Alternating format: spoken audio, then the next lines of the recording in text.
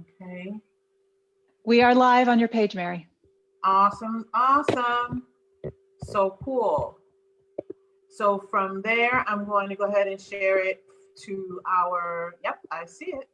I'm going to go ahead and share it in the group. And I'll also go ahead and share it on the page.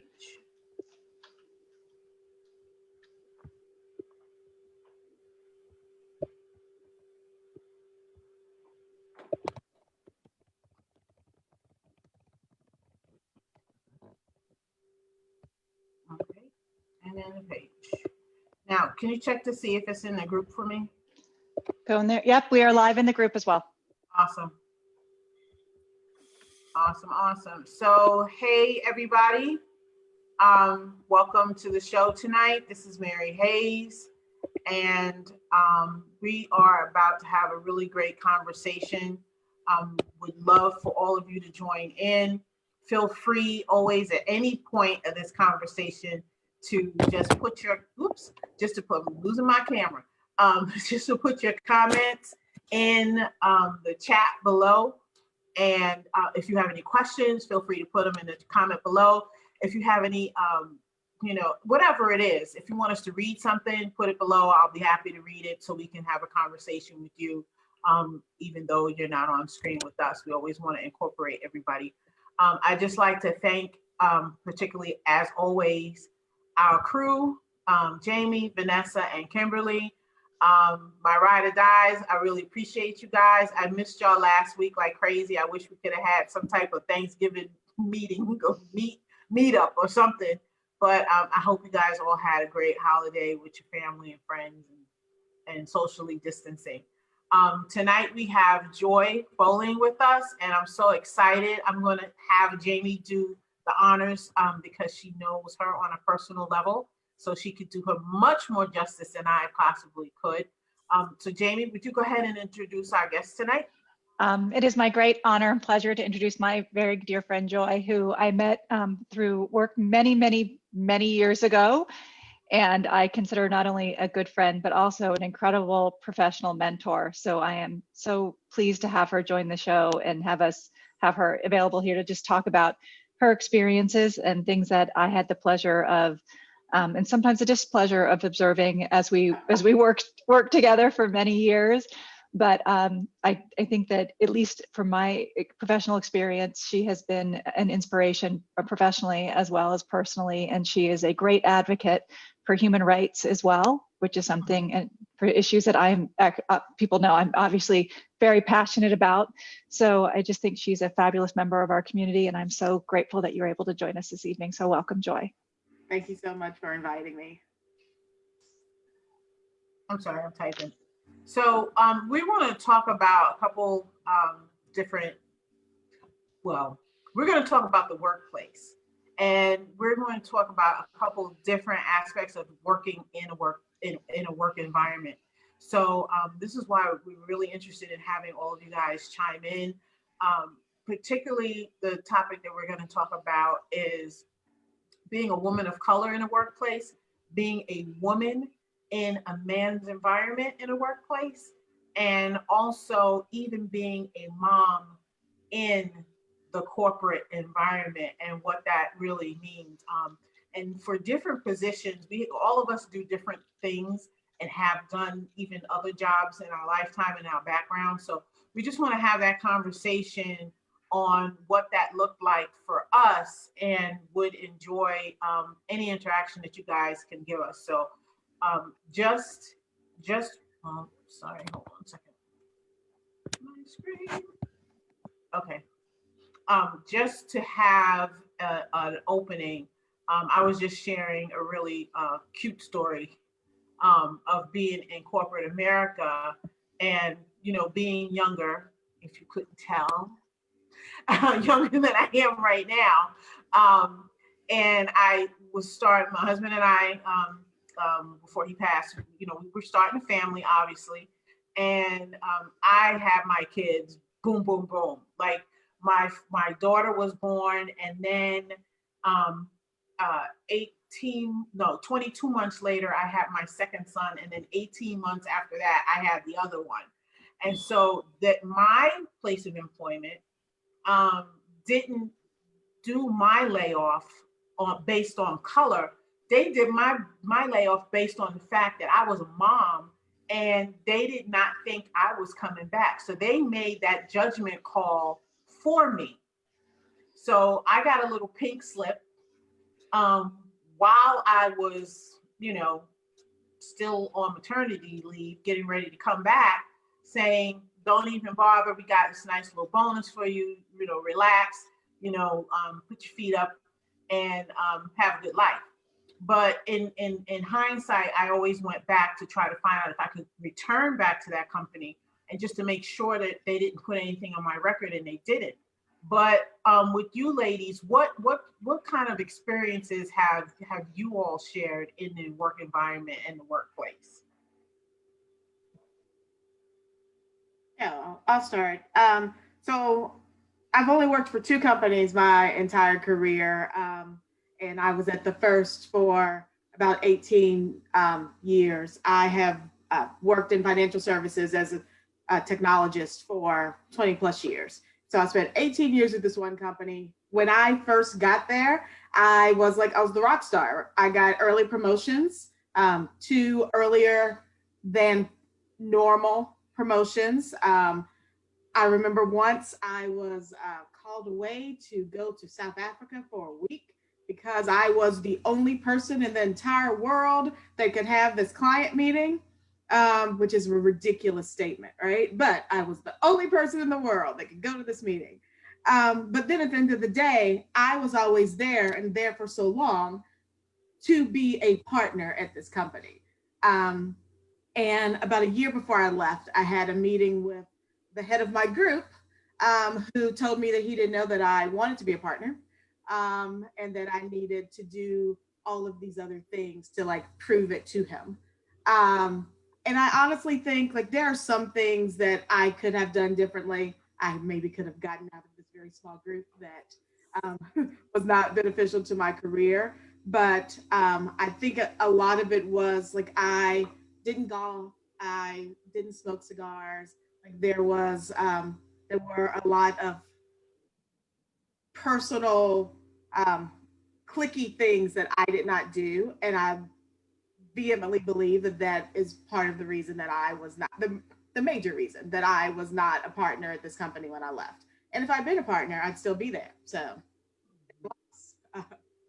And I think an important thing I would do want to say, having also been there, is those clicky things fell into certain demographics. Yep. And if the partners had been made up of a diverse group to start with, if they've been made up of women and people of color and members of the LGBTQ community, we could have done things and built connections and networks, doing things that we actually maybe know how to do, those of us who are allergic to smoke, as an example.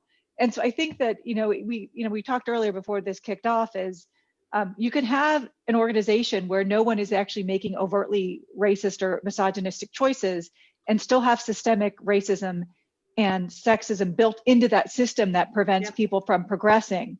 And I think that's a great example of how that works. It's just because there aren't people like us at the top. And so when it comes down to building those networks and being included, we just don't have things in common. Or you think you have a network and are included, but because you don't have those things in common, your ties are weaker than you were. And you don't know what you don't know. You don't know how much they value those. You don't know that they're going to play golf on Saturday morning without you. Right. Would you even want to go? No, I'm just kidding. I thought about learning how to play golf at one point, and then decided that was not being authentic to myself in that pretend desire. So no. The funny thing is, I can almost assure you, Joy, that even if you were to do those things, there still was not a guarantee of inclusion, because I do those things. So I am the person who, likes to go on the excursions and likes to gather people to make sure that we're finding opportunities to bond. But where the challenge comes in is when you have people who come to that bonding moment with their preconceived notions or expectations of how the interactions are going to take place. Most often that's not the way that they take place, but that's their perception of it based on their, stereotypes. I think we talked about it before, as a woman of color, as a woman who has a certain stature, and who typically is in a role of management, it is a very difficult line to navigate, because when you are doing the things that are expected of you, and God forbid you're a high achiever and you do push the envelope, it's taken in a completely different context. So no matter if you're at a bonding situation, at a fun situation, or in the office, they still carry those sentimentalities with them when they're discussing things or engaging with you. And so even the slightest movement can be taken out of context, and within their own mind blown up. And God forbid, if they are communicating that perception to others, you've now built a whole network that perceive you in a particular way. So whether you're social or business, that's still going to carry. And I think an interesting other counterpoint to that, or building upon that, is that the Center for Creative Leadership has done a lot of research on this, and particularly women and women of color, and also Black men. When you try to be something that you're not, it sort of helps us get to a certain point in our careers, sort of that upper middle management. But then when you hit these senior leadership levels, it comes across as inauthentic and actually interferes with people below you's ability to trust you. So whereas we're getting where we need to be with the more senior folks by changing and trying to fit in and being something that's inauthentic to who we are, then it interferes with trust. Yeah. And so it just puts us in this uncomfortable position. And what they found is that when you look at leaders who actually do really, really well, they find a way to do it by still staying authentic to themselves. But that means they need to be in a place where that's actually possible. And that's the part people take for granted, is you have to be where that's actually going to work. And so I think there's some mild correlation between what exactly you're talking about, Jamie, and the increased rate of minority entrepreneurship. Because honestly, we're getting to the point, speaking for myself and many others in my circle, that we're not about, especially at this juncture in our careers. Most of us have been in our careers 20 plus years, and we have been those managers and executives.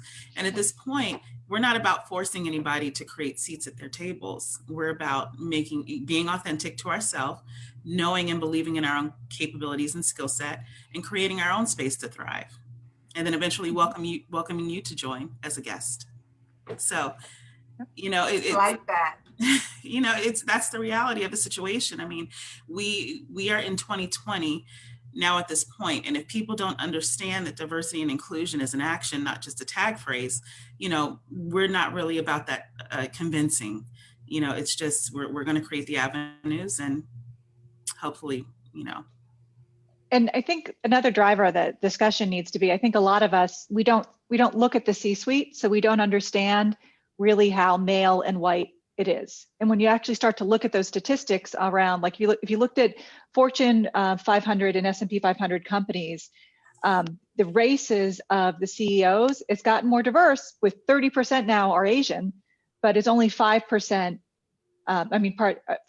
Asian or Indian, 5% are African American, and 19% are Hispanic or Latino. And that's taking that 1,000 companies. So it's such a small percentage, and that includes men. So when you go to cut for women, it's infinitesimally small. And there's some huge percentage, actually, I think I talked about before, of female CEOs who happen to coincidentally be blonde women. They look like the cast of Fox News talking heads. It's really strange. But I think that when we look around, we see a diverse world, and most of us are not CEOs. So when we look around our workplaces, we often see a diverse workplace. But when we actually go to the most senior levels of management, and culture is set by the top, it isn't diverse.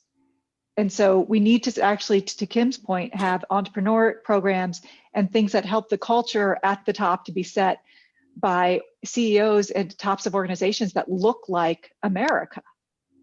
Yeah, and it's the C-suite and the board of directors. So was it NASDAQ this week who is going to force that you have 2 diverse people on the boards going forward. So, and you can't do the twofer. It can't be like a minority woman, two physical bodies in order to be like on the board to be a part of the exchange, like at some point in the future. And it's they're trying to see how that might trickle into the C-suite, and then see how it might trickle down into the company overall. The company I currently work for has a very diverse board. We have a female CEO who is not blonde. Sorry, yes, she's still CEO. Not bashing blondes. Nothing Yes. wrong with blondes. And her leadership team is moderately diverse, although they're actively working, and I trust that they are actively working to make sure that all the executives are more diverse than they are now. And that's one of the reasons I'm happy to be there, because from where I came from before, they may have changed now since I left 5 years ago. But when I was there, they weren't making what could be seen as visible efforts for diversity. There was a lot of talk of diversity, and there was the appearance of trying, but at the end of the day, like, the trying doesn't matter. Let's look at the hard numbers. Let's look at who you're promoting. Let's look at who's in leadership positions, and what's really happening at all levels of the company, to make sure that diversity and inclusion and equity is actually something you really believe in. And that is such a fabulous point, because I think there's a reason why diversity and inclusion are tagged together, because one doesn't exist without the other. So, I mean, whether you're working for a woman-owned company or a male-owned company, and they have a diverse, board, or a diverse executive team, if any of those individuals are maligned or not given the,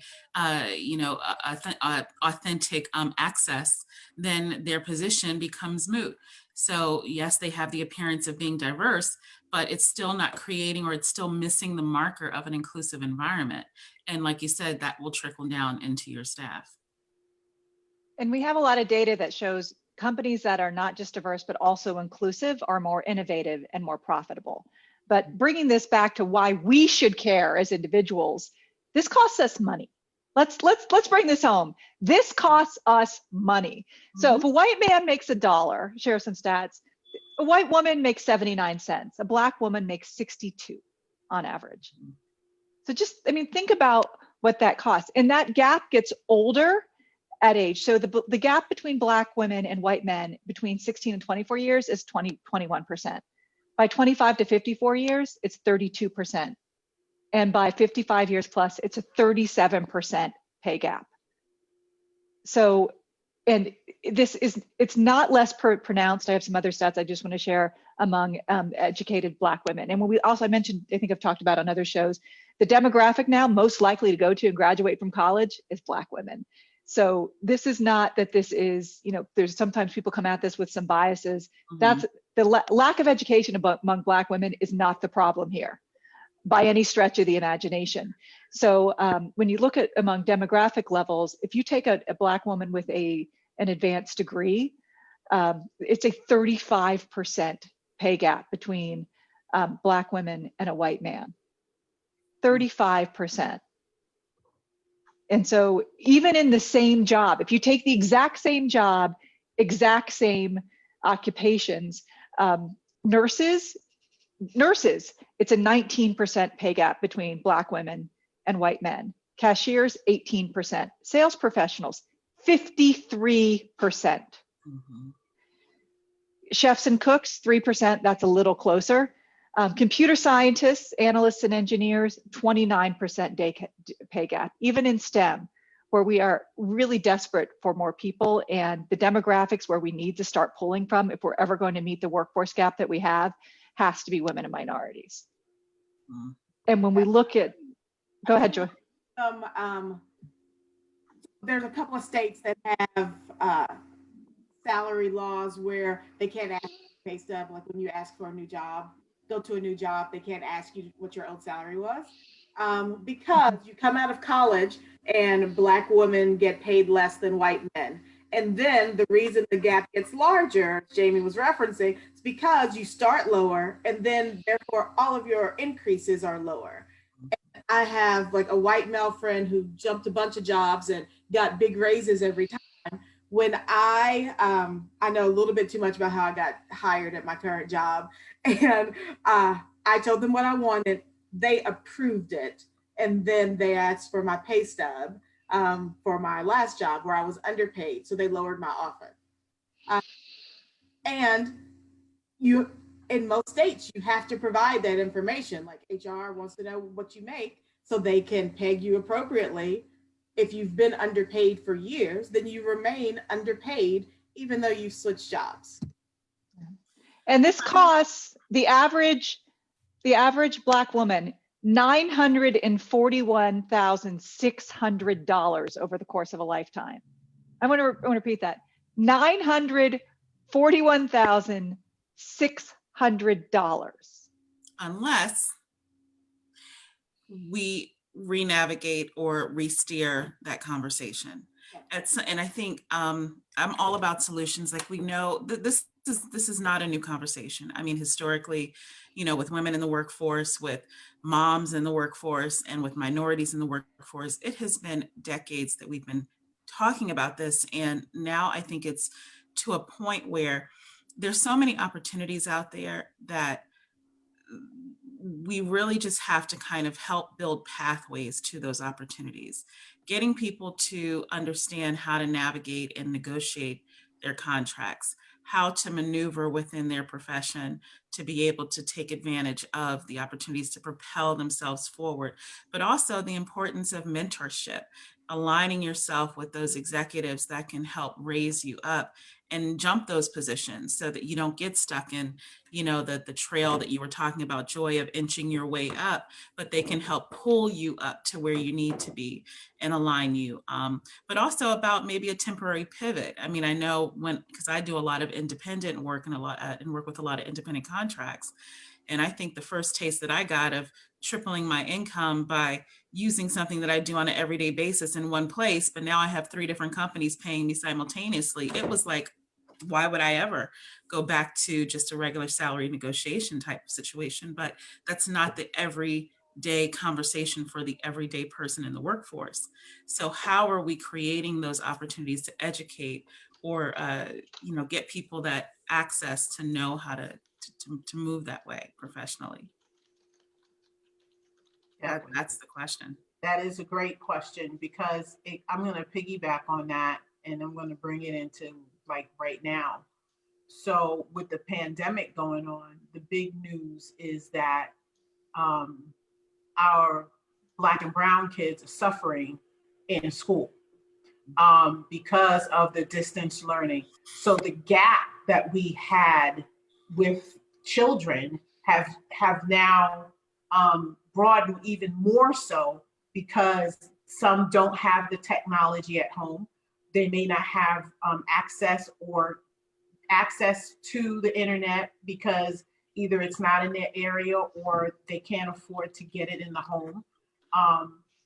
It's not Loudoun County Public Schools where every kid has a Chromebook. That's, how many counties you live in has stuff like that, So we have now, let's just focus on DC. The big thing is now is that there's a gap of kids that are going to suffer, and we're going to see this later on. So how can we, and this is something I've been thinking about all week, because I've been hearing this in the news and I've been seeing it in the school system because I do work in the school system. How do we reach these kids that are suffering because they don't have access? And what's really bothering me are these same companies with the big boy CEOs, with the guys going to play golf. How can we get them to see or pour into these kids' future somehow? We're already buying Nike sneakers. We're already buying iPhones and LGs and Samsungs, and they have phones and things. But how come these companies can't pour back into those school systems? How can we get that to happen? that kind of piggybacks on what you're saying, Kim. No, absolutely. But I wanted to kind of bring up a point. There's also a third niche area that is that we're not talking about. And to me, honestly, I think that's probably the most endangered space, the most endangered category. So when we talk about distance learning and many other things as far as access, you have those that are, they're wealthy, they have access. If they don't, they can buy it, they can, you know, put their money where it needs to be. And then you have the lower income, like you said, that are suffering disadvantages and don't have access to the utilities or the resources. Each of those areas do have some level of focus or highlight that can address getting solutions. Whether or not they have enough to give solutions to all of them is another question, but there's at least a conversation around how do we provide a solution. So low income people who don't have, low income families who don't have internet, Comcast is ready to step up. Those that don't have schools supplies, we have organizations that can get that to them. Same thing with the Chromebooks, you know, there's an effort to kind of support them. Who does not have a good bandwidth or a good foundation to support them, or even knowing how to navigate, is the middle section. Those who are middle income workers who are working every day, they're able to pay their bills, they do have the utilities, but they're working and they can't homeschool their kids because they're working to keep a roof over their head. So they have internet and all of the foundational equipment, but they're getting lost because they can't navigate this virtual space without a tutor, without, you know, an instructor in the home that's helping them, you know, get through the classes. That is this, and they don't have resources because they can't go and say, I'm low income, can you help? They have an income, or they're not rich enough to be able to get those extra resources in the house to help support them. And they just kind of, and I think honestly, that might be the majority of people right now, especially during COVID, who have suffered in some way financially and are trying to, you know, keep afloat while taking care of their kids and homeschooling them. Like, what are we doing? Do they have any resources? And in many states, they don't, because you make too much for this and you don't make enough for that. We haven't passed a relief bill. It is the cry of the middle class. That is the cry of the middle class. The mistake, I think, in this society is thinking that the middle class is okay, and it's not. It really isn't. And I think you hit the nail on the head, because there have been different situations where I've even seen, no, you don't qualify for this because it's too much, and you can't qualify for that because it's not enough. And I'm like, so I'm there juggling a basket, and all the balls are falling all over the place because you can't, there's no happy medium. And then I think that that's 100% right, because then you have this group of people that are looking at, and I think this is where some of the anger comes in too, honestly, at people who don't have, it's because it seems like they get everything. They get all the assistance, they get all the help from schools, they get all the help from the different nonprofit organizations, and sometimes they're double dipping out of all of these things. Meanwhile, you have the middle class who can't get anything. And I think you're 100% right, Kim. And we do have politicians who dispel these, who perpetuate these really toxic myths too. Really toxic myths about poor people who don't actually need help, and people on disability who aren't actually disabled. And these things simply aren't true.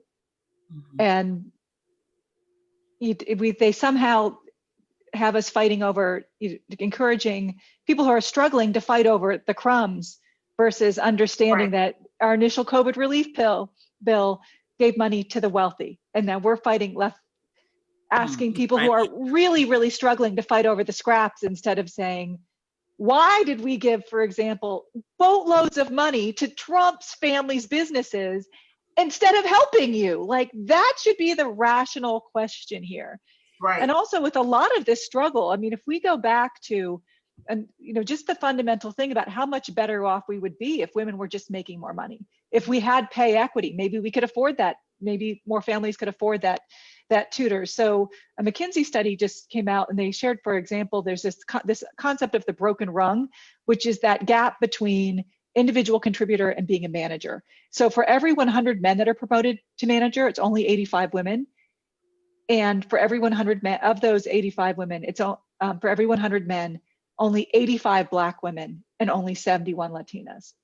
How different would this be if we had parity and equity in the workplace? How different would that struggle be, considering that 50% of women of white women are primary breadwinners, and I think 80% of Black women are primary breadwinners in their home. How is that inequity in pay affecting families and our ability to provide for our children, particularly in this pronounced time during COVID, when things are not going well for American families? And we have a Congress that doesn't seem to have any interest in passing a relief bill for us right now. Well, okay, let me clarify. We have a Senate leader who doesn't have any interest in passing a relief bill for American families. Mm-hmm. The House would be more than happy to take care of us. Right. Yeah. And that's why I said that, Jamie, because this all kind of ties back into, because we never want to look at the root causes, right, of how things trickle down and how you get to this space. You only want to live and we're in this space, but that's really the root of it. The pay equity piece is really the solvent for a lot of these conversations. You know, we went through this during the first relief package when they did the extra 600 on the unemployment. And, you know, a lot of senior managers were complaining that people were getting paid too much to want to come back to work. And my comment was, instead of spending your time focusing on villainizing the people who are receiving this benefit, that should probably bring to conversation or to light your pay scale and your pay structure. Because if these people are able to make more money for the services they provide to your company on unemployment, that's the issue. Not the fact that they're getting it and taking advantage of it, which is what they paid into all of their work life. So they have a right to take advantage of it. But the fact that the amount exceeds the amount that you pay them as a valued employee. Why are you paying so little? Why are you not paying a real living wage? Let me ask you this question, because you have the stats, Jamie, and I don't know. Let's hope it's what I have. Well, yeah. This is futuristic kind of stuff. Yeah. Do you think that with the incoming administration that corporations might start looking at what he's doing as far as putting well, first of all, electing and putting in place Kamala Harris as our vice president? Do you think that kind of thinking and the different, I mean, if you look at who he selected so far, they have already said that's what America should be looking like. That is what it should be, because it reflects what America is. Do you think that this will change the way some corporations are doing things? I think that, I mean, there are two fronts for this. The first is, you know, actual wages. And my hope is that we will start having a real conversation about what a living wage was. When the Minimum Wage Act was passed, it was not passed to be a wage for a high school student part-time job. It was passed by law, by intent, to be a living wage. And I think that under the Biden administration, we are going to have real conversations based in historical fact and based on math. And the math is that we have many, many large corporations in this country that underpay their employees and cost us money. Walmart costs us billions because they underpay their employees. And so we as taxpayers then provide public services through housing and food assistance, just so these people who work there, these are working poor people. They're working many full-time to survive. And so Walmart underpays them and gives money to their rich stockholders. The stock market is not the economy. Average American has less than $1,000 in savings.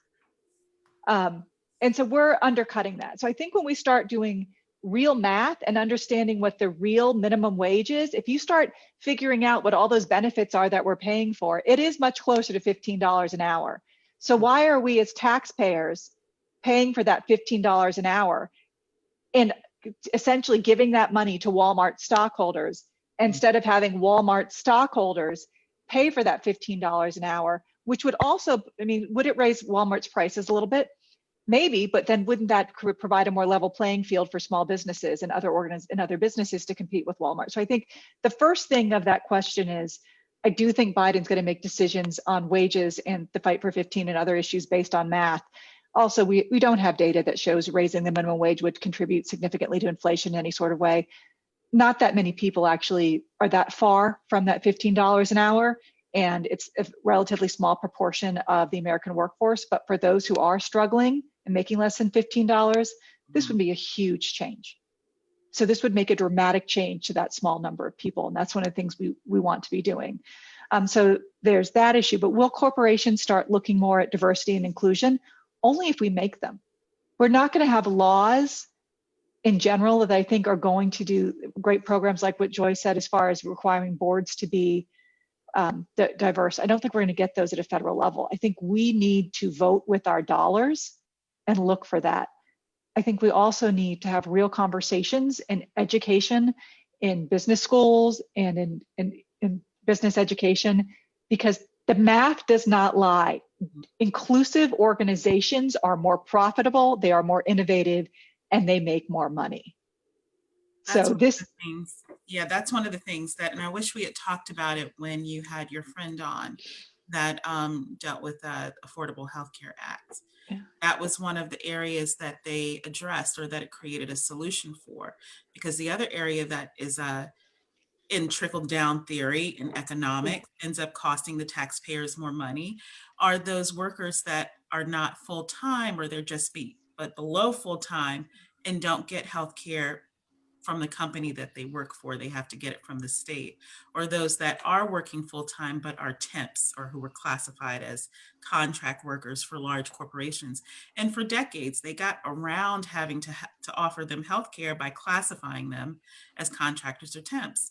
And so them getting, state insurance or state health care, that in the big picture ends up impacting us. Now, whether or not it's more or less, but I would tend to err on the side of more. Jamie, I would love to see that stat of how much we actually paid in taxes years prior to the Affordable Health Care, and having to compensate for the mass of people that were working but didn't have health care within their companies. and to your point about the importance of entrepreneurship, without the Affordable Health Care Act, I know lots of people who could not start their own business because we need healthcare for our families. If you can't buy healthcare in an affordable way, which we couldn't do before the exchanges, many of us just couldn't, how can you start a business? People seem to lose that aspect of the ACA too, what the ACA really does do for entrepreneurs. My partner is a small business owner. He's able to buy healthcare on the exchange for himself and his family if he needs to. So I think we lose sight of that. And these are all things that, of course, impact women's families. Now, I think we need universal health care. I will not take us down that tangent. And progress is being made, but as we start, peeling, we start thinking about things that could actually have a positive impact on women and working women, making sure healthcare is accessible and affordable is something that we all should be looking into and doing. And of course, we know the stats on how, speaking as again from a labor economist perspective, how this disproportionately affects communities of color. Obviously, full disclosure for anybody watching, I'm obviously a white woman, but speaking from a labor economist perspective. Jamie, we've already addressed this conversation before. You are not a white woman. You are a sister. Just accept it. You're just light-skinned. Okay? You're light-skinned. Light-skinned. You're light-skinned. I am very, very, very, very pale. We love you. We love you anyway. Go ahead. Love you. Hi, Vanessa. Hey, everybody. With her hat on. So sorry I'm late. I had a last-minute mommy taxi run that I didn't know about. So sorry. You love how that happens. You say mommy taxi? Mommy taxi. Yeah. Mommy taxi tip? service. Of course not. So I wanted to ask Joy a question. If you were going to give a piece of advice to women now, understanding the world is different now than when we started our careers. Because I think I shared my first job out of undergrad was as the only woman at a 45-person firm on Wall Street. And I hope the world has gotten a little better since then. What advice should we be given to women of color, in order to navigate this more effectively, given the realities? Because we aren't going to change this system overnight. And we have to get the best place for us to change it is from the top. We have to get over these broken rungs. And Yeah, and particularly, so, even I want to add, what type of advice would you give to young women and men coming out of college, and how to navigate that system and not get stuck in starting at a certain position and then, tearing up like this and doing what I think it was Kim said before, finding that mentor that can pull you from one position to another. I believe that was you, Kim, that said that. It was? Yeah. yeah, and I think mentorship and sponsorship is like key, and it sounds like I'm like reading from the book, but it's important. And even at my career before I got stuck, like I had mentors and sponsors who helped me navigate the company and took me from project to project. So like they helped grow my career.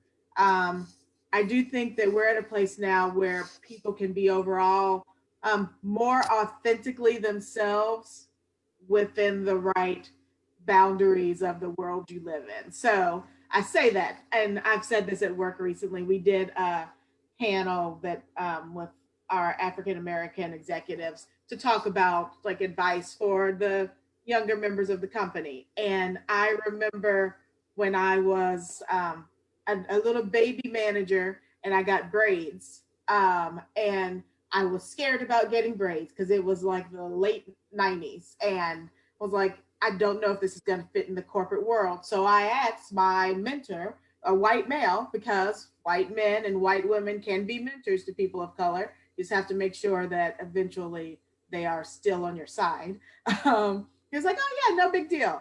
I'm now more authentically myself. When I went natural accidentally, I didn't think that hard about how financial services, Wall Street companies, or small town insurance companies were going to feel about the way that I was presenting my hair, because we are in a different place now.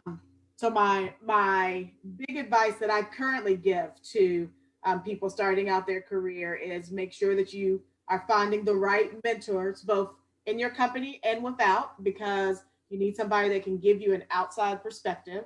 And in a company that you have sponsorship as you go from place to place. And if your sponsor is no longer supporting you for the right track or not for the new place you want to go, or if you want to do a pivot, then switch it up and don't wait too long like I did. And then you end up not getting to where you want to go. Yeah, we had a couple of comments, but Tanya J just said she's a federal workplace mediator and workplace racism is real. Yeah, violent agreement. And yeah, yeah. I know what is that? What else? Oh, she also says for the longest in the military, it didn't allow us to wear our hair in braids or short. And that's a whole nother topic of conversation, hair. I had a really close friend, like I said, that's a whole nother topic. But I know people who have had to step away from their job because they chose to wear locks. And they hired them with the locks in their hair. It wasn't new. So why now is it a problem? I don't know. The That's a crazy whole other part, topic. well, it's not actually a different topic, because I think that goes back to something that Jamie mentioned early on, because no real employer honestly. I mean, there might be some out there that are just crass, but for the most part, they know how to navigate the conversation around, I'm firing you because of your hair, or your hair annoys me, or I feel threatened by your hairstyle. It'll come out in other ways. And I think that goes back to what Jamie mentioned about microaggressions. We use the words like racism, we use the words like, prejudice and stereotyping, and they're so vague and they're so general, but they also, I think, garner certain responses that are not quite always as accurate. For instance, I could be someone who carries and executes a list of microaggressions in my workplace, but I would never identify myself as a racist or as someone who perpetuates stereotyping because I support the Black community, or I, am close to the Black community, or I have Black employees, like that one Black friend. But, I show up in all these other ways. So I can't dare see myself as somebody who would perpetuate or promote or accept microaggressions in the workplace. And I really think it goes back to the same thing with entitlement. There's a lack of understanding of what minorities mean by microaggressions. I posted something a couple months back, about the Supreme Court judge, and whatever her name is, and she introduced her kids to when she was sitting there advocating for her seat, and the average person would look at that and say, I don't get what you're like going on about. Just she introduced her kids. But someone in the workplace, and you could probably speak to that, Joy, as someone in the workplace who is an African American woman, and even when, like you said, you're coming up for a promotion, or you're being looked at as being a stellar employee, or as someone who's bringing benefit to a company, that's when those microaggressions show up. So when you're talking to me and Sarah, who's a complete nincompoop, or can't do her job without falling down and bumping her head, is suddenly considered someone who is an asset to the company, and our clients just love her. But then you have someone who doesn't have that same aesthetic, but shows up and works extra hours and puts in, makes sacrifices. But because you don't have that same perception based off of what you feel or what you see or what you think, she doesn't get that same category. It's, she's so nice, or she's so, we have a lot of fun with her. Not that she's a good employee or bringing value to the company. So that's when those microaggressions show up. And I don't think people really even realize when they're doing it. Yeah, and that's why, like, we have to, often uncomfortable, but we have to call them out. Because I remember when Amy Coney Barrett's kids, when she was introducing her kids, and for her, I'll say biological kids, she talked about how smart they were. And for the Black kids that she had adopted, she talked about how athletic they were. And she's as strong as any man. Right. Yeah. And she probably just thought she was introducing her kids, but oh my God, that was so racist. And I remember at some point, and it was probably just with friends, like there was a period of time where I was actively calling out all the microaggressions that I saw everywhere. And I remember just being like, that's racist, that's racist, that's racist, that's racist. And I had It was on my Facebook page with people I went to high school with, and I'm sorry. We should make it like a drinking game. Like, that's racist. Take a step. Oh, that's racist. Take a step. Well, yeah, I would have been, yeah. We would have been. Too, though, for the record. I don't let that stuff stand. It wasn't always just Jamie's Facebook friends. High school friends. And I call them out. I don't let that stand. I never let that pass. It's unacceptable. You're either anti-racist or you're racist. Pick a side. Yeah. And that's it. And so I think, so I do a little less of calling out now because it's exhausting, but also I depend on allies to also help identifying those microaggressions. And sometimes they might need a nudge. But I think especially, sadly, especially this year, people have gotten better. Jamie's always been good at it. She's been good at it with her Facebook friends for years. Like people that I work with have gotten better and been like, did something happen in that meeting that might have been offensive? Or like so I work in technology and we've been looking at language that we use. So the fact that you use like master slave client server, it's like, yep, that's mildly problematic. Let's not use that anymore. Let's not call what there are other examples in technology that are things that people didn't think about being offensive and might not be offensive to everybody and might not be offensive to me every day. But they are like intrinsic workplace microaggressions that we need to like be cognizant of and get rid of where we can. And it costs nothing to use things that that aren't offensive. This is not like it costs a lot of money and I'm taking down every pair of golden arches in front of every McDonald's. Right. This just use a better term. Like this is not hard. This is. Jamie, we talked earlier before about also, the marriage situation with women and, single moms and women who are pregnant or women who have children in the workplace. I can only speak for myself that a lot of my business is centered around client entertainment and, building relationships. So we do, I guess, what you would call a lot of schmoozing. I'm the fun bus, so usually I'm able to get around it. But, sometimes we do have situations where it's couples and, I'm bringing my significant other, maybe not a husband. And even in 2020, you still have some of those, club ideas, you're not part of this club, the spouse's club. And, do you find that that's still? I think there are two things we want to touch on there. I think first of all, the one privilege I have is as a straight woman, at least I'm part of that club.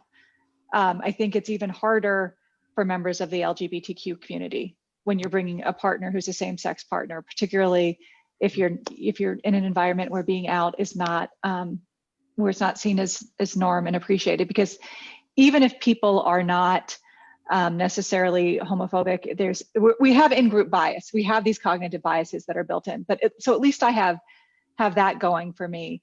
But I think there are a couple different dynamics that come into play. One, if you don't have a partner and everybody else has one, that can be awkward. And then also, just as women, then it's not just awkward for us, but it can also be awkward for our partners. There are lots of events that happen like this in the corporate world where the men folk who are the executives go off and have a conversation, and then the spouses who are supposed to be women go off and have another conversation. And that can be awkward as well. Joy, I don't know if you experienced that, but I've experienced that at some corporate events where I brought my then husband and he was just like, what am I supposed to do? Go hang out with the women here? I don't know what's going on. Yeah, I have more the single woman problem where the count is always off at the tables because I'm not going to bring somebody random to what is really a work event because I'm going to be bored. Like, unless you really, really love me, do you want to sit at a table with all of my people from work while we mostly talk about work because that's all people know how to talk about? So, yeah. But the golf tournaments can be brutal. Right. But also, so I'm single and I'm childless, although I've helped raise my nephews, two of which currently live in my house. Yeah, you're raising kids. Let's be clear. Yeah. They've always been not my kids. And so when there's the after work event that whether it's in town or out of town, I don't have the same type of constraints that working mom actually does with like the late night, the dinner followed by drinks, followed by more drinks. I never had to get home to my kids. And that does affect our career. So, and it's gotten even worse, for those of us who women are lucky enough to keep our jobs during the pandemic, which is, the job loss has disproportionately impacted women and even more so women of color, but women are 3 times as likely as fathers to be responsible for most of the housework and caregiving during the pandemic. we're 3 times as, we do most of it. And 1.5 times as likely as fathers to be spending an additional 3 or more hours a day of doing housework and childcare. Think about that. So that's a part-time job. That's 21 hours a week that we're doing, that the men in our lives, even if you have a partner, aren't. And some of them are doing, 5 or more, some women are doing 5 or more hours of housework a day, including childcare. I know, I think that's why I protest getting married, because I refuse. I'm like, Yeah. And the McKinsey study says that 1 in 3 mothers have considered leaving the workforce or downshifting their careers because of COVID. And the data is not saying this is a great opportunity for me to get rid of a career I love. It's just because they're particularly overwhelmed, particularly mothers with young children.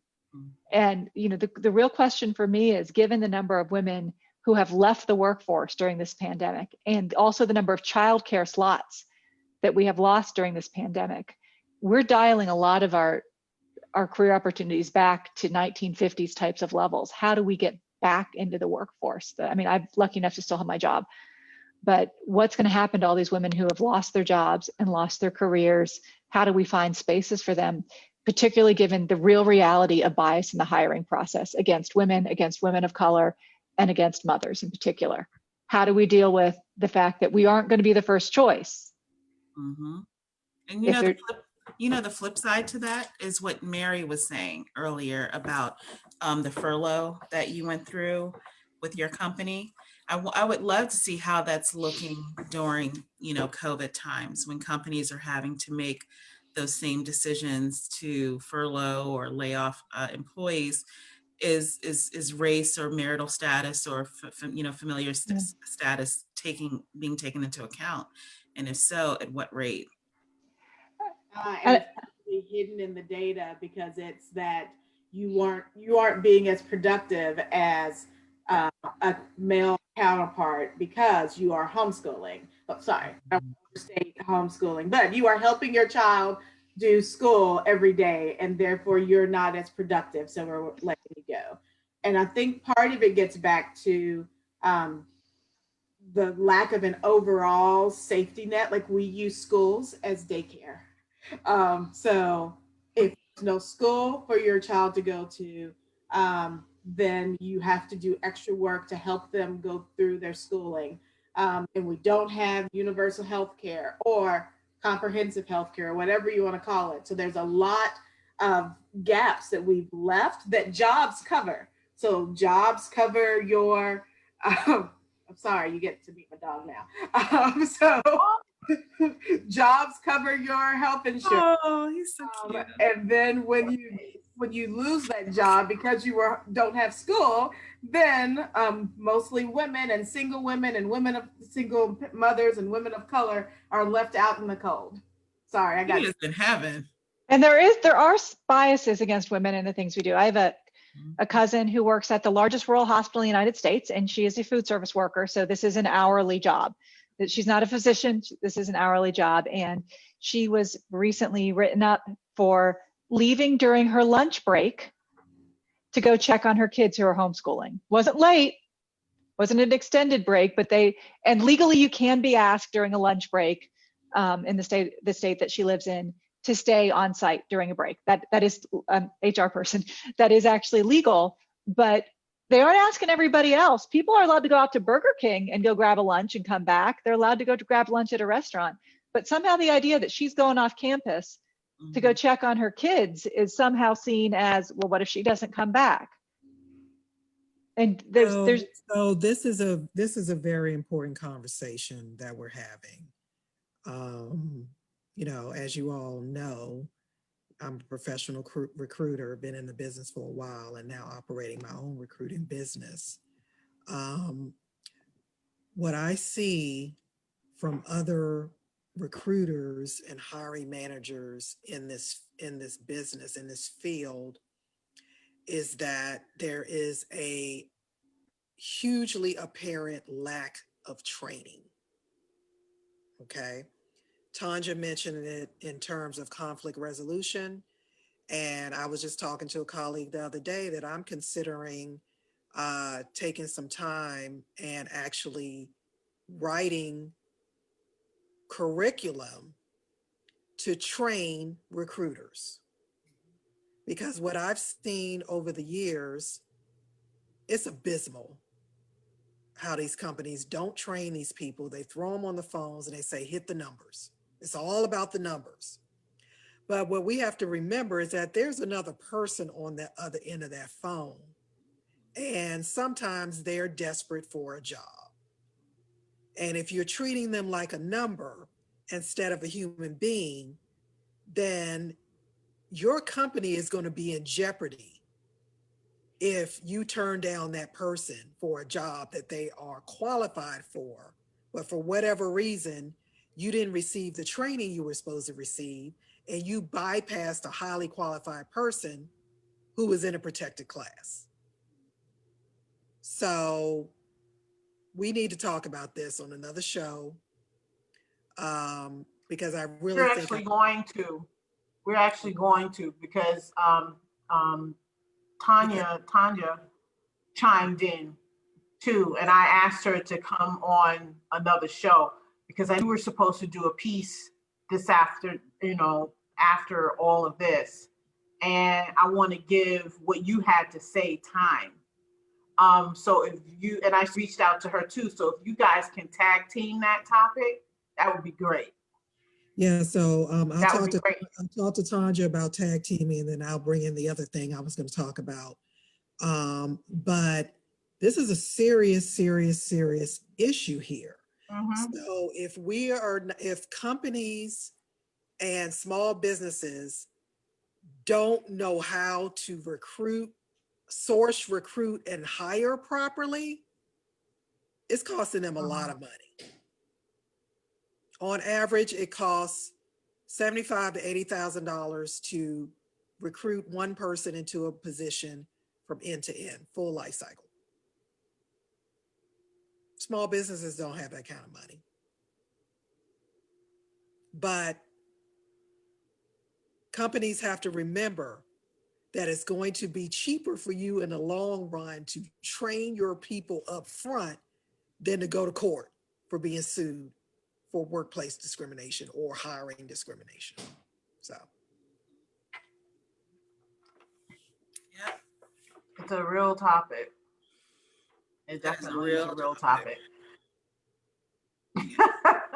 We hit on topics that we really weren't going to hit, because it's a lot to it, and I think that we need to continue this conversation even more, and probably even deeper, because, like Jamie said, there are a lot of women who, while you have a lot of women who kept their jobs, and then some women, were able to create businesses, we have a lot of women that are not working right, that lost their jobs because they have to stay home with the kids. So, we have recruiters in this in this group here. We have people who do trainings and different things like that. We need to stay on this topic so we can get our ladies ready to re-enter this workforce in 2021. However we can do that, hopefully the conversation can continue. Vanessa, and if you and Tanja can get together with that, that would be great. So Um, Mary, I want to put this out here real quick, that if there are any ladies that are on this call or in the group that are unemployed or underemployed right now, have them reach out to me, Mary. And I'm not promising that I have anything for them, but as you all know, I get stuff across my desk every single day. It just never stops.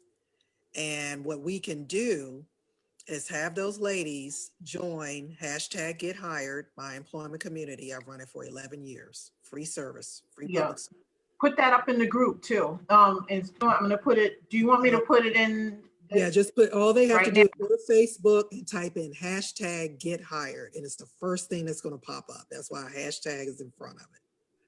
Okay. Mm-hmm. And I want to know how many women are in this group who are unemployed and underemployed. Because what we can do is that we can at least start getting them in to get hired, and they can have a free 15-minute consultation with me before the holidays. And then by January 1, I could have them in a pipeline and review their resume and got all of that out of the way. Ladies, this is what we have to do. This is serious out here. And if, like I always say, if women don't help each other, ain't nobody gonna help us, period. So I am very willing to do that, Mary. You can figure out how you want to organize it and get the people to me, but I am here and I'm willing to help.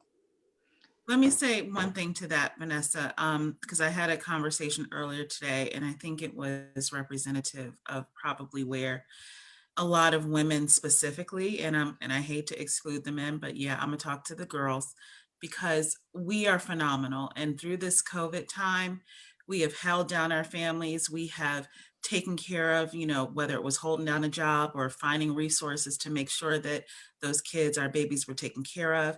But we are people too, and we get overwhelmed, and there's a lot of unsurety right now. And I know that there are a lot of women who are feeling like, even if you've been out of the workforce for the last couple of months and you've just been, spending that time with your family, whatever you're doing, if you're feeling overwhelmed, and by hearing an offer like something that Vanessa put on the table, you don't know if you're quite ready, or, there's just so much going on and you don't think you have what you need to make that first step. I would say just put all those feelings aside and just trust and take the step, because that's why professionals are here, to kind of help get you to where you need to be, even if it's just baby steps. So just make the call. Mm-hmm. These are all great individual steps, but I think another thing we need to be thinking about is collectively, the broader for the group, what sort of policy and funding are we going to need on the local, state, and federal level to help get women back into the workforce? What sort of reskilling are we going to need? What sort of extended unemployment are we going to need? How are we going to get back the childcare slots that we have lost so that we can have women go back to work? I mean, this is a systemic problem that is going to require legislative funding and solutions. And we are going to need to press for that at the local, state, and federal level, and have to hold our leaders accountable. I think that we have a friend in Kamala Harris. I really believe that. I think she cares about women's issues and women's employment. But certain states are just not as, they don't care about women and women in the workplace and women's issues. And I live in Virginia. I think it's a little better here than some other places, but it's not ideal. And we're going to have to be facing, as I said, a lot of employers choosing between what they see as a single mom, woman of color, and a white guy who they see as low risk will pick the white guy. I will say an ironic thing is my dad has done a lot of hiring, and he said one of the things that he always heard was a word of wisdom was not to hire somebody who was unemployed with a big shiny truck because it looked like they couldn't handle their money. My dad would tell you to always hire that person because they need the money and they've got bills to pay. Let me tell you about women.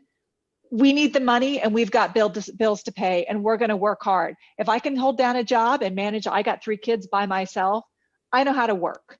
Yeah. I'm going to show up and I'm going to do my job. No question. I don't have anything to fall back on. It's just us. Right. It's just me. This is all I got. That's right. And I'm very fortunate for what I have. I'm so grateful. But I think that we do need to be thinking about what we, the people, want to help women be successful. We can't do this individually. And as much as we can, we need to help each other. The purpose of the government is so that we could organize our resources as people. That's all the government is. It's just people. So what sort of legislation do we need? How should we be spending our tax dollars? What programs are going to work? What sort of reskilling are we going to need? How are jobs going to change after COVID? And how do we get those childcare slots back? Because we're down about 10 million right now. Mhm. Well, just so here's a solution, and this is what Pastor Michelle Thomas always says: it's policy, baby, policy. If we're not involved in the writing of policy or having influence on how policy is written on our behalf, you know, I don't really think the government is going to save us, period. Okay, but let me just put that out there. But we can affect change, as you see, we have just done in this election. Women did that. Yep. I think it's a three-part conversation, however, similar to affirmative action. I think a lot of people don't understand it, didn't understand its purpose, and so they have issues with holding people accountable to it. But it first, I think, comes with education. So like you said, Jamie, pulling out the statistics, deep diving into why we are here and how we got here and the long-term implications of us being here. And then coming up with the policy, like you said, putting together social efforts or government efforts to correct and provide solutions, but then accountability. So holding them accountable and even making it punitive if you're not. I mean, again, it's 2020. We're not playing games no more. I'm No, sorry. You either going to do No, it or you're not. And if you don't, you pay the repercussions of not doing it. It's that no, simple. I'm done being the tolerant left. you're not. We will vote you out in a No, hot second. I'm not tolerating it anymore. We will Yeah, target you. We will write letters. We'll call your office. We'll visit your office, and we will vote you the hell out. We I ain't. think in 2019, I had one F to give. 2020, I got 0. You need to watch Kevin Hart stand up then. So I want to ask Joy another question, not to put you on the spot. So Joy, as an executive, I mean, you obviously are involved in hiring people, right?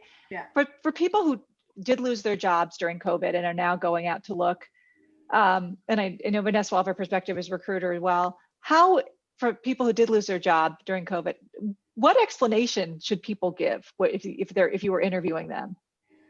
Oh, that's interesting. I think that we we are in unique times, and I think that there are going to be a lot of explanations that are acceptable is not the right word, but acceptable as compared to other times, because we know so many people that have lost their jobs just because of COVID.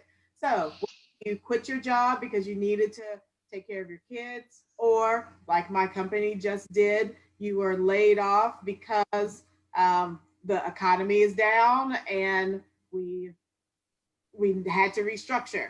I think that it's going to be hard. Like the job market, it looks like it might be a long recovery, but I think those reasons are going to be like, there's not going to need to be something else. I lost my job due to COVID.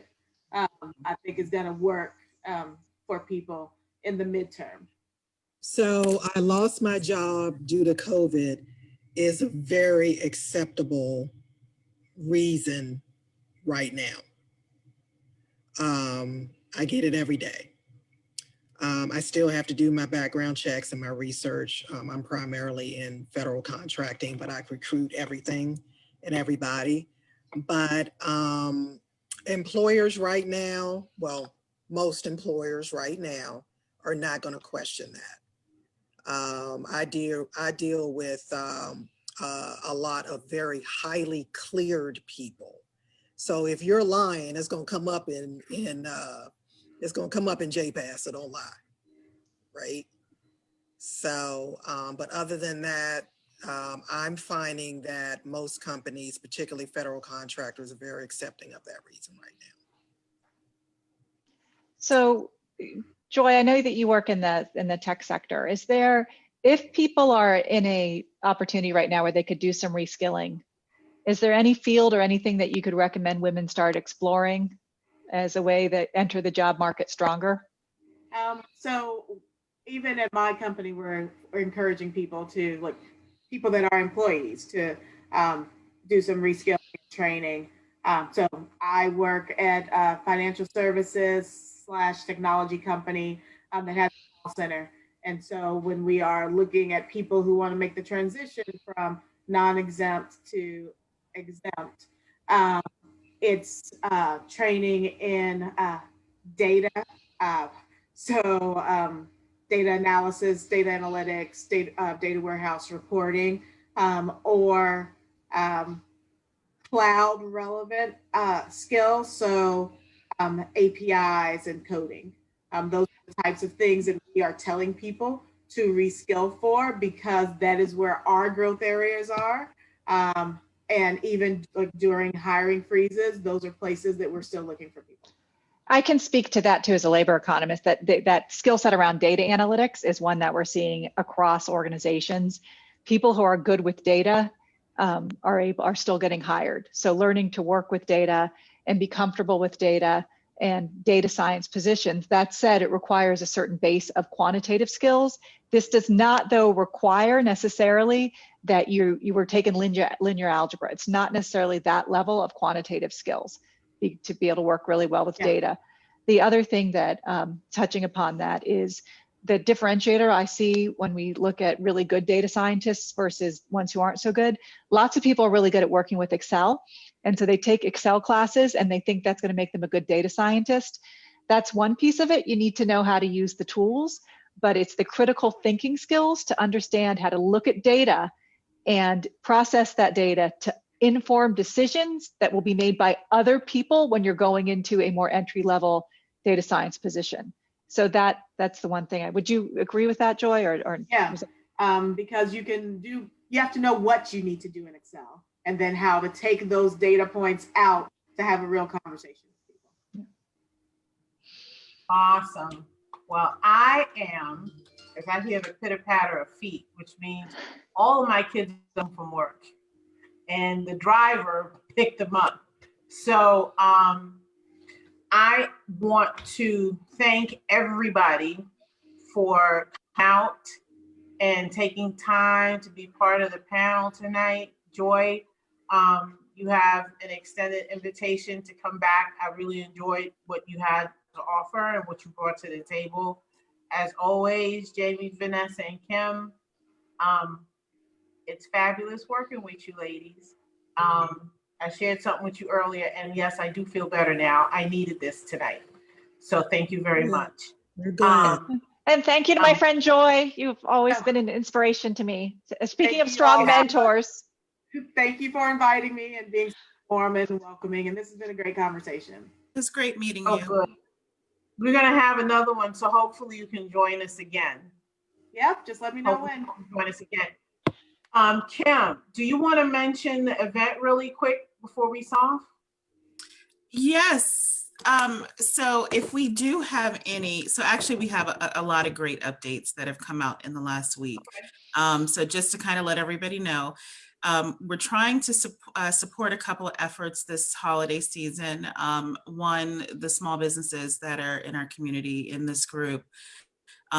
Just trying to give you some extra push, get some extra traffic, some extra visibility for any sort of promotions or sales that you have.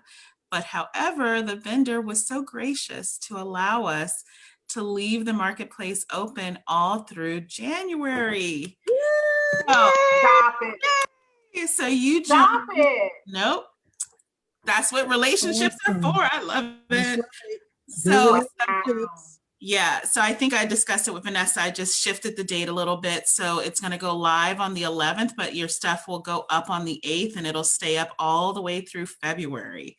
And we're That going is fantastic. Yeah, and we're going to try to find any way to support you guys to really get the word out, because this is a community and there's no community without its people. And we really have to make sure that, while we're not whole yet, we're getting there.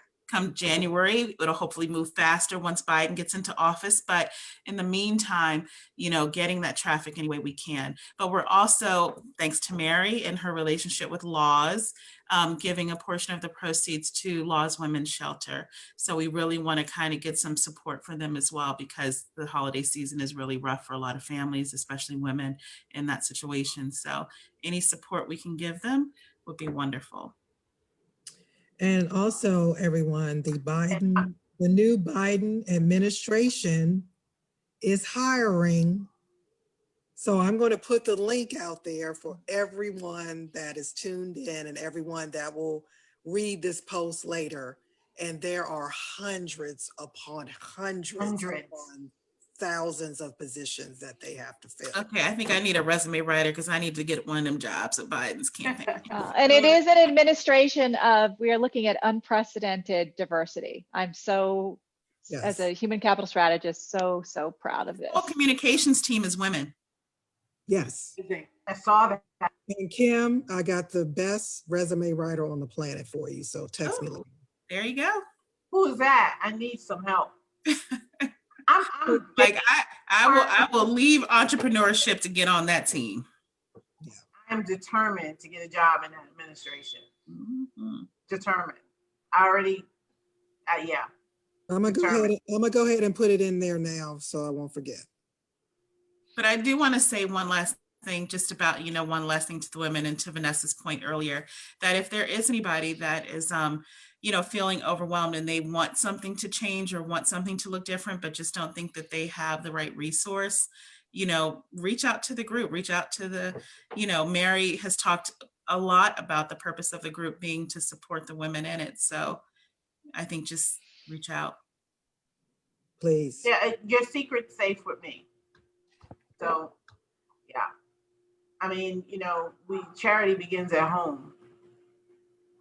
Firm believer in that. Mhm. So, we can't do for everybody else, and we got our sister group hurting too. So, connect with us. I could tell you that our admin team from our team on the Blue Wave Conversation, the ladies you see here, Kim, Vanessa, Jamie, myself, the two admins, Christy and Jamaica, they all, if you can't get me, you can get one of them. If you rather get me first, I can deal with you and I'll pass you off to one of them that I know that can help. But please do not feel like you're on an island by yourself.